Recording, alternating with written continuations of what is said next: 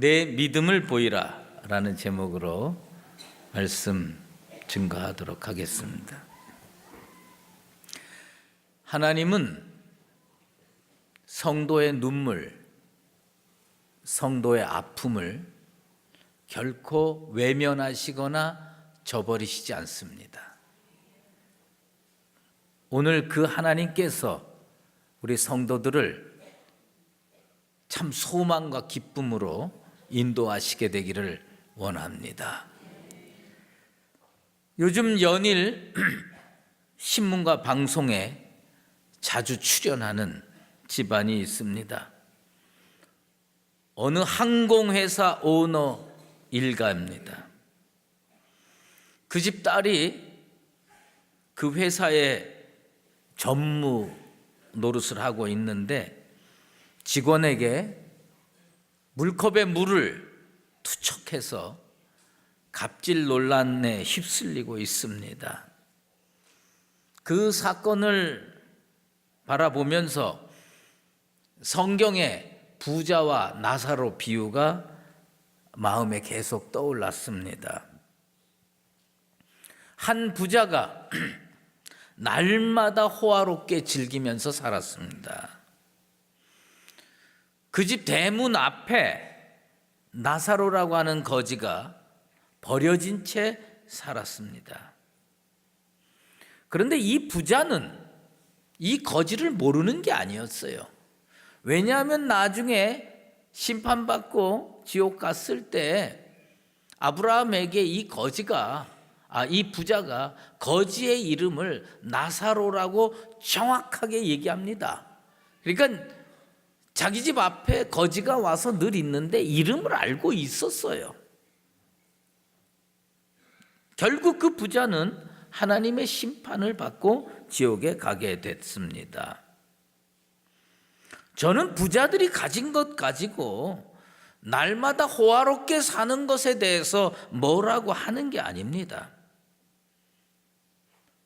잘 사는 와중에도 그래도 자기 집 앞에 늘 자리 잡고 구걸하는 그 거지를 한 번쯤은 바라볼 눈이 필요하다는 겁니다.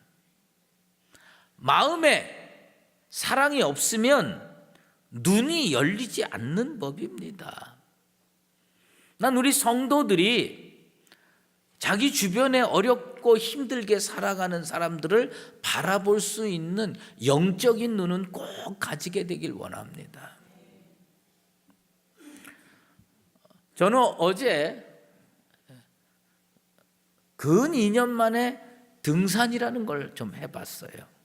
우리 남성교회 회원들이 가자고 그래가지고 사실은 거절하고 싶었어요. 왜냐하면 자신이 좀 없어가지고 또 쫓아가기 저 때문에 뭐 늦어지고 그럴까봐 가고 싶진 않았는데 가자고 그래서 몇 년 만에 쫓아갔는데 진짜 그 몸이 피곤하더라고요.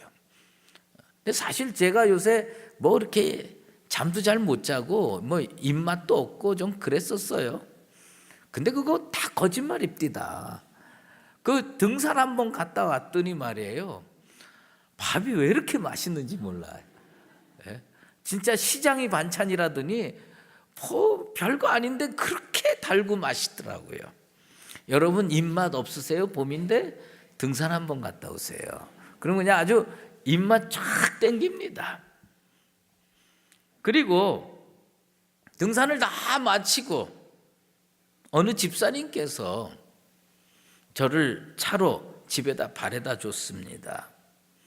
그래서 그 차 타고 가는 길에서 우리 집사님하고 대화를 좀 나누면서 요즘 어떻게 지내시느냐 뭐 이런 것들을 이야기를 했는데 저는 그 등산을 마치고 너무 피곤해서 머릿속에 무슨 생각밖에 없냐면 빨리 집에 가서 씻고 자야겠다 이 생각밖에 없었어요. 근데 그 집사님 제가 물어봤어요. 이제부터 뭐 하실 겁니까 오후에? 그랬더니 그 집사님께서 일 나간다는 거예요. 진짜 충격을 받았어요. 이렇게 치열하게 사는구나. 이렇게 힘들게 사는구나. 이 시대의 아버지들이 그 삶이 너무 힘든 거예요. 어려운 거예요. 이 교회에서 이 성도들의 교제에 빠질 수 없으니까 참석하고, 그리고 나서 끝나고 또 일 나가시는 거예요. 언젠가 읽었던 어떤 책이 생각이 납니다. 그들은 소리내 울지 않는다.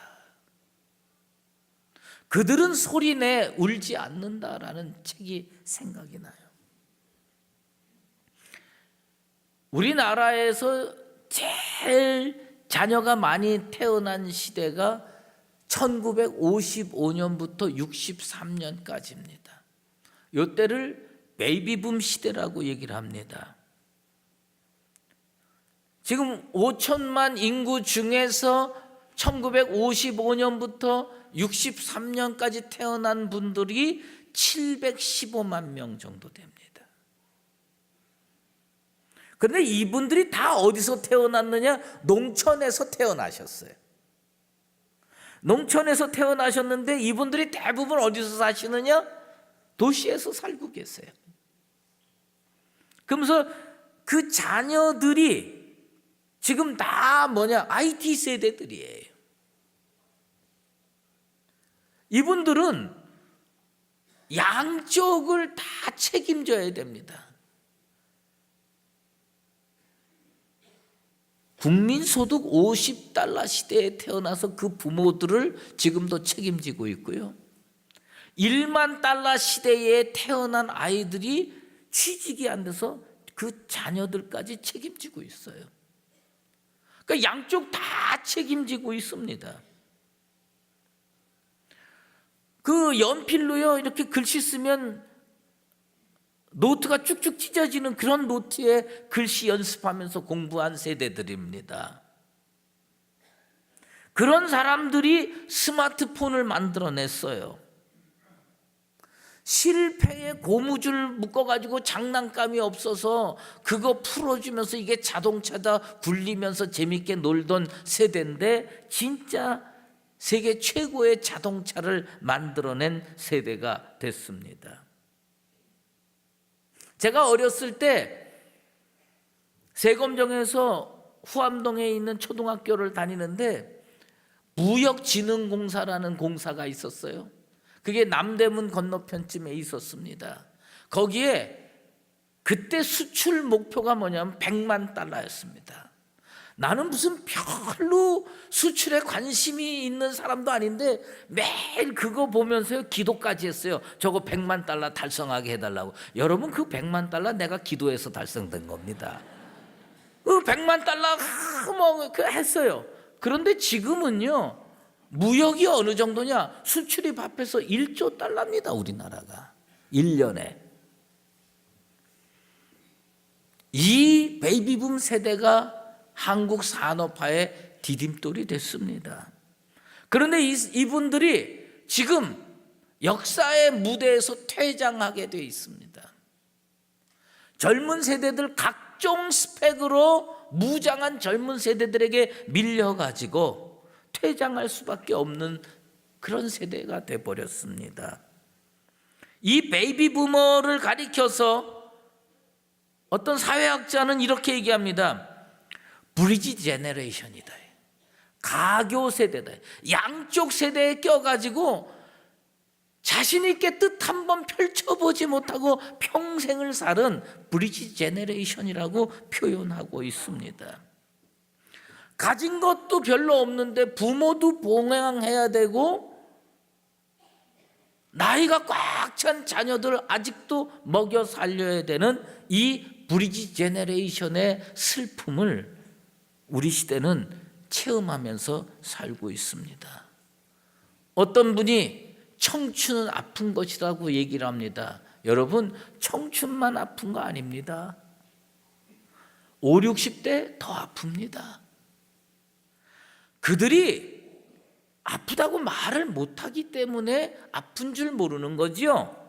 소리내어 울지 않을 뿐이지만 그들은 매일 피눈물을 흘리면서 하루하루를 보내고 있습니다.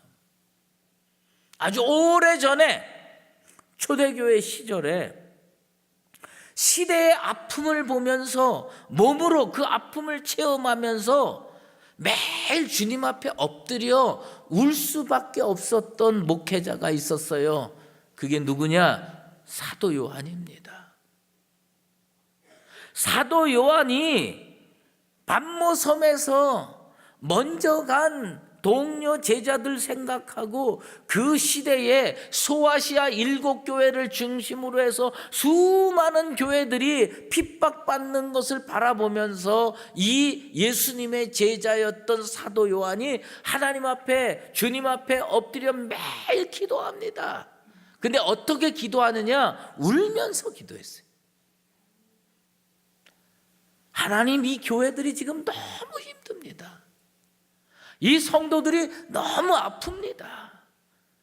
주님 좀 도와주셔야 되지 않겠습니까? 매일 기도합니다. 그럴 때 우리 주님께서 이 사도 요한에게 2가지 말씀을 해주십니다. 하나는 뭐냐? 울지 말라. 또 하나는 뭐냐? 이리로 올라오라.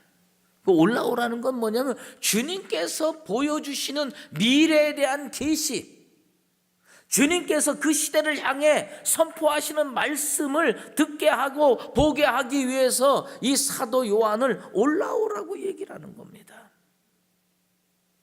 어렵게 이 시대를 살아가는 우리 강북제일교회 성도들을 향하여 오늘 우리 주님께서 2가지 말씀을 해주시게 되길 원합니다. 울지 마라. 울지 마라. 그리고 이리로 올라와라. 우리 주님께서 여러분들이 처해 있는 그 상황과 문제와 어려운 역경들을 은혜로 해결해 주시기 위해서 미래에 대한 새로운 꿈과 비전을 보여주시는 이 아침이 되기를 주의 이름으로 축원합니다. 그리스도인이요, 아무리 어려운 현실을 살면서도 땅만 보면 소망 없습니다. 주변에 이거 보십시오. 소망이 있나? 진짜 소망 없이 느껴져요. 하지만 그렇게 어려운 현실 속에서도 눈을 들어서 하늘을 바라볼 때에 우리 주님께서 해법을 가지시고 능력으로 우리에게 소망으로 강림해 주실 줄로 믿습니다. 오늘 눈물로 12년을 보낸 여인이 성경에 나타나고 있습니다. 12의 혈루증을 앓는 여인입니다. 이 여인은 하혈을 12년을 했습니다. 하혈을 12년 했지만, 피를 흘렸지만 아마 매일 눈물로 지새웠을 거라고 생각이 됩니다. 고침받기 위해서 안 해본 노력이 없어요. 마가복음에 똑같은 성경 구절이 표현되고 있는데 거기에는 이렇게 표현되고 있습니다. 많은 의사에게 많은 괴로움을 받았다고 이야기합니다. 그때나 지금이나 의사들이 전능하지 않아요. 다 고칠 수 있을 것 같아도 다 고칠 수가 없었어요. 그래서 많은 질병의 환자들이 의사 때문에 고통을 당하는 것을 우리들은 많이 보고 있습니다. 제가 군대에 있을 때에 저희 내무반 내에 상병 한 명이 있었어요. 근데 어느 날 다 자고 있는데 갑자기 하고 아프다 그러면서 떼굴떼굴 구는 거예요. 우린 처음에는요, 병장들이 뭐 차렷, 열중시업, 별짓 다 해도 그게 어떻게 해결이 안 되는 거예요. 너무 아파서 떼굴떼굴 구르니까 급기야 뭐 의무반 부르고 별짓 다 하더니 결국은 속초의 야전병원에 가서 수술을 받습니다. 수술을 받아서 한 달쯤 있다가 왔어요. 그래서 우리들이 궁금해서 물어봤어요.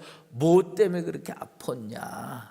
그랬더니 맹장 수술했대요. 맹장이 아파가지고 떼굴떼굴 굴렀던 거예요. 그런데 맹장 수술하고 왔으면 건강해야 되는데 뛰지도 못하고 계속 아프다는 거예요. 그러더니 또 한 번 떼굴떼굴 구는 거예요. 그래서 이번엔 또 뭐냐고 또 그 병원으로 보냈어요. 보내고 한 달쯤 있다가 되돌아왔어요. 그래서 우리들이 물어봅니다. 이번엔 또 뭐냐? 그랬더니 이번에는 먼저 번에 맹장 수술할 때에 의사가 이게 돌팔이었던 모양입니다. 맹장을 떼내고 그리고선 배를 이렇게 더 해서 꼭 꿰맸는데 그 속에다가 가위를 집어넣고 꿰맨 거예요. 그 가위 때문에 이 사람이 그냥 매일 아프고 떼굴떼굴 굴었던 거예요. 야, 진짜 의사 때문에 그렇게 고통당하는 걸 옆에서 우리들은 보게 됐습니다. 이 혈루증 여인은 12년을 고생을 했어요. 근데 그 고생한 이유는 수많은 의사들을 잘못 선택했기 때문입니다. 우리가 흔히 얘기하는 인생이 꼬였다라는 표현, 의사 잘못 만나서 고난의 불구덩이에서 12년을 세월을 보내면서 매일 눈물로 지새웠던 여인입니다. 그런데 오늘 이 여인은 올바른 선택을 하게 됩니다. 예수님께서 자기 마을 근처로 지나가신다는 소문을 듣고 다가와서 자기 손으로 예수님의 겉옷을 만졌습니다. 그때 이 예수님께서 이 여인을 향하여 내 믿음이 너를 구원하였다라고 말씀했습니다. 우리 주님은 너의 정성이 나를 움직여서 이렇게 치료했다 그렇게 말씀하지 않았어요. 내 믿음이 너를 구원하였다. 이 예수님의 음성이 오늘 우리 교회와 성도들에게 선포되기를 원합니다. 내 믿음이 너를 구원하였다. 예수님께서 말씀하시는 이 믿음을 우리는 알아야 구원도 받고 문제 해결도 받고 인생이 더 이상 고난의 불구덩이에서 헤매지 아니하고 해결돼서 행복한 인생을 살 수가 있는 겁니다. 이 여인의 믿음은 세 가지 정도로 정리해 볼 수가 있는데 첫 번째로는 뭐냐? 12년 동안 의사 잘못 만나고 그렇게 고생했는데도 불구하고 이 여인은 소망의 끈을 절대로 놓지 않았다는 겁니다. 이 여인은 소망을 포기하지 않는 믿음을 가지고 있었어요. 당장 주님께 기도했던 그 문제가 내 눈앞에 당장 해결되지 않다고 하더라도 이 여인처럼 소망의 끈을 놓지 않는 믿음의 사람들 꼭 되시기를 바랍니다. 오랜 세월 고통을 당할지언정 틀림없이 하나님은 나를 치유해 주시고 내 문제를 해결해 주실 것이다. 그 꿈, 그 소망, 그거 붙들고 12년을 버텼습니다. 소망이 없는 사람, 소망을 품지 않은 사람에게는 예수님이 자기 집 옆으로 가도 전혀 꿈쩍하지 않습니다. 그래서 문제 해결 안 됩니다.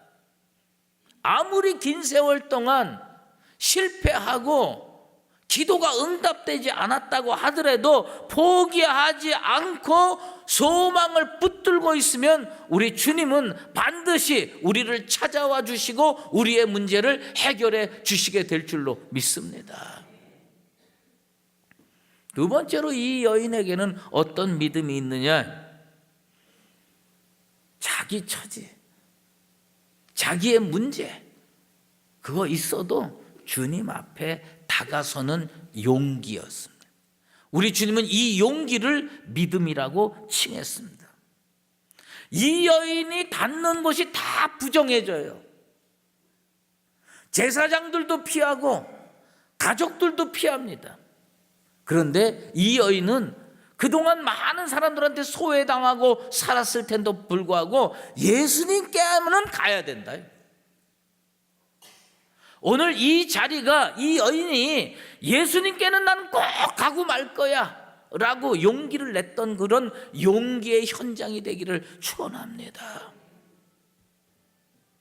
객관적으로 예수님이 아무리 능력이 있어도 나와 상관없으면 소용없는 일입니다. 나를 구원해 줄 분이 예수님 한 분뿐이라고 믿을 때에 다가설 수가 있는 겁니다. 왜 교회에 나왔냐? 왜 십자가 앞에 나왔느냐? 예수님만이 나의 희망이고 예수님만이 나의 구원이고 예수님만이 내 문제를 해결해 줄 줄 믿었기 때문에 용기를 내서 이곳에 나온 줄로 믿습니다. 주님 앞에 나오는 용기, 그것이 있을 때 우리들은요 문제 해결에 한 발짝 다가설 수 있습니다. 또 한 가지는 뭐냐요? 예수님을 붙들어야 됩니다. 믿음이 뭐냐? 예수님을 붙드는 겁니다. 수많은 사람들이 예수님 가까이 있었어요. 예수님 밀쳤어요. 주님 곁에서요 손으로 그 옷에 손댄 사람 많았습니다. 그런데 성경 어디에도 그 예수님 옷에 손댄 사람이 그렇게 많음에도 불구하고 단 한 명도 예수님으로부터 능력을 공급받고 병을 치유받았다는 그런 기록이 성경에 없습니다. 이 여자 한 사람만 예수님을 통해서 그 질병을 치료받은 겁니다. 여러분, 손을 내밀어서 예수님 옷자락 붙잡아야 됩니다. 손을 내밀어서 예수님 붙잡아야 됩니다. 그런데 그게 어떤 것으로 해야 되느냐?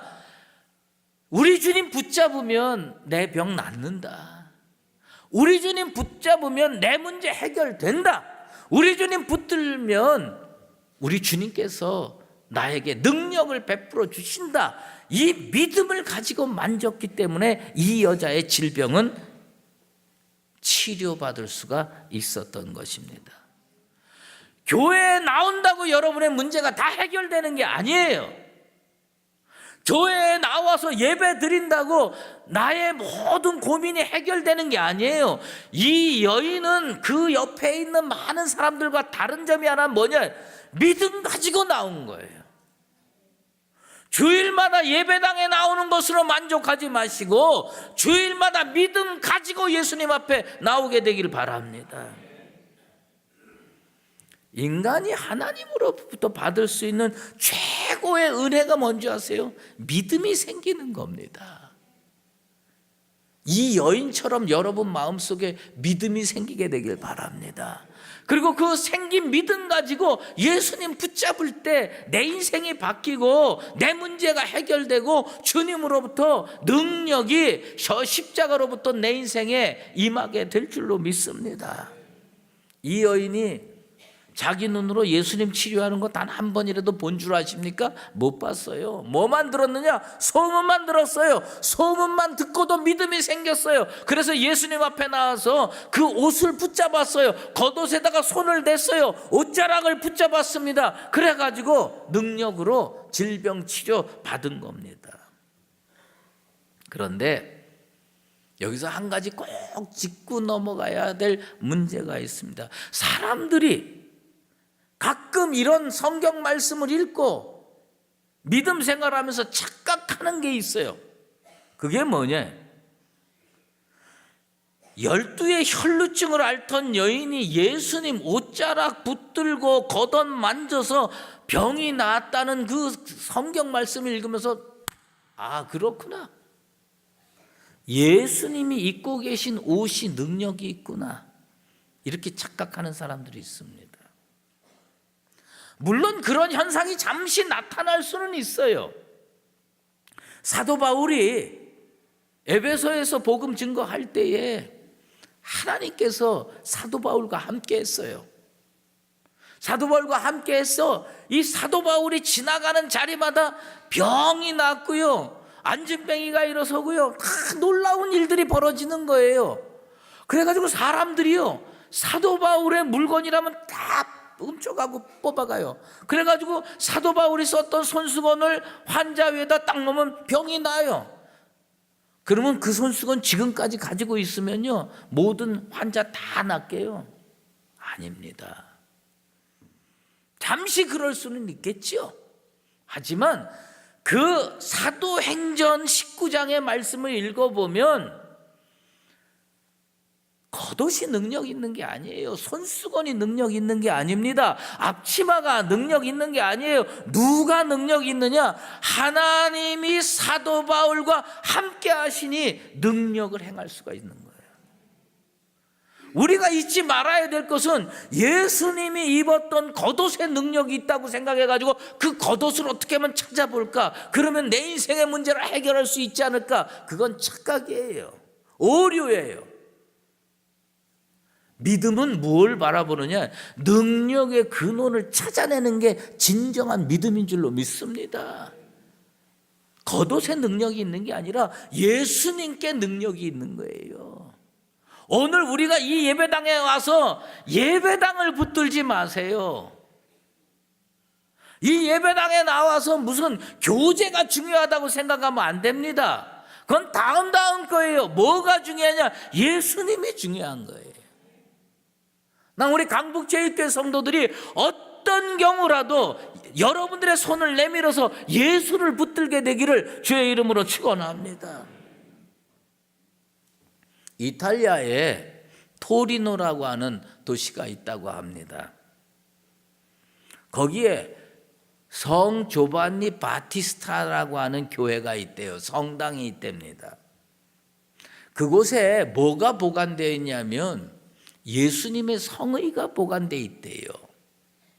예수님께서 아리마대 요셉의 무덤에서 십자가에 달려 돌아가시고 장사됐을 때 예수님을 쌌던 세마포, 그 세마포가 그 성당에 보관되어 있다고 알려져 있었습니다. 그래서 새로운 종교가 태어난 거예요. 그 세마포 만지면 병 고침 받을 줄 알고, 그 세마포 덮어 쓰면 인생 문제 해결할 줄 알고 수많은 순례객들이 토리노에 있는 그 바티스타 성당을 순례했던 적이 있었습니다. 근데 그게 거기에다가 더 불을 지핀 게 뭐냐면 1898년에 사진 기술이 개발이 돼가지고 그 토리노에 있는 세마포를 사진으로 찍었더니 사람 형상이 쫙 있는 거예요. 이게 예수님의 진정한 모습이다. 사실 제가 이거 사진 보여드릴까 하다가 그게 가짜기 때문에 내가 안 보여드리는 거예요. 그 예수님처럼 생겼대요. 그런데 그래가지고 수많은 사람들이 이탈리아 토리노에 가서 그거 한번 만져보고 보려고 그랬습니다. 근데 지금 안 갑니다, 사람들이. 왜요? 1998년에 그거 진짠가 해서 과학적으로 조사를 했어요. 그래서 탄소 동위 원소 방사선 이런 걸로 해가지고 했더니 이게 몇 년도 거냐? 12세기 걸로 판결이 됐어요. 이게 가짜인 게 증명이 됐습니다. 여러분, 설사 예수님을 쌌던 세마포라고 하더라도 그거 능력 없습니다. 착각하지 마십시오. 뭐가 능력이냐? 예수님이 능력이에요.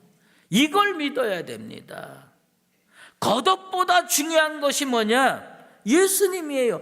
그 여자가 겉옷에 손을 댄 것은 그 여자가 믿음으로 예수님 앞에 다가와서 예수님께 손을 댄 겁니다. 오늘 이 예배당이 믿음으로 찾아 나온 성도들이 예수님에게 손을 대는 능력의 현장이 되기를 주의 이름으로 축원합니다.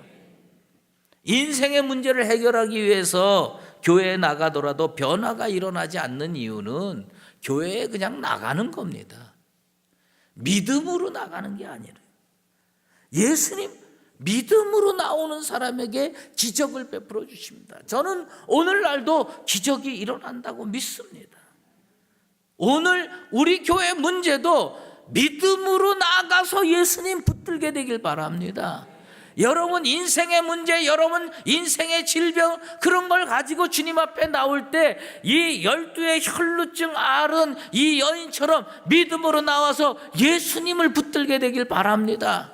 그럴 때 우리 주님께서 여러분들을 은혜로 치유해 주실 줄로 믿습니다. 예수님을 진정으로 믿는 사람들에게 오늘도 기적이 벌어집니다. 예수님 곁에 있다고 안심하지 마십시오. 오늘 주님께서 우리에게 이 여인을 치료하는 말씀이 선포됩니다. 따라 안심하라, 내 믿음이 너를 구원하였도다. 우리는요, 주님께 무슨 사명이 있느냐? 내 믿음을 보여드릴 사명이 있습니다. 내 믿음은 뭐냐? 주님이 능력이시구나. 어떤 일이 있어도 주님 앞에 나와야 되겠구나. 그리고 내 손을 뻗어서 주님을 붙들어야 되겠구나. 여러분 손으로 예수 붙들어서 인생의 문제를 해결받고 그 이 시대의 아픔을 울지 마라 해결해 주시고자 하는 그 어린 양 예수를 체험하고 문제 해결받고 돌아가는 복된 성도들 되시기를 예수 그리스도의 이름으로 축원합니다. 기도하겠습니다. 하나님이시여, 예수를 믿노라 하면서도 우리는 교제하고 사람들 만나는 즐거움 때문에 교회를 나온 적이 한두 번이 아닙니다. 12의 혈루증 앓은 여인이 소망을 버리지 아니하고 끝까지 기다리다가 결국 예수님 만나서 치유받았던 것처럼 그 은혜의 역사가 오늘 이 예배당에 찾아 나온 하나님의 권속들에게 일어나게 도와 주시옵소서.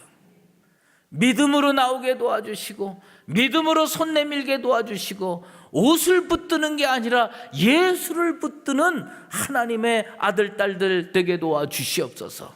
그리하여서 우리 주님이 베푸시는 그 능력을 힘입어 인생의 문제 해결받고 질병의 문제 해결받고 주님 앞에서 기뻐 찬양하며 돌아갈 수 있는 복된 성도들 되게 하여 주시옵소서.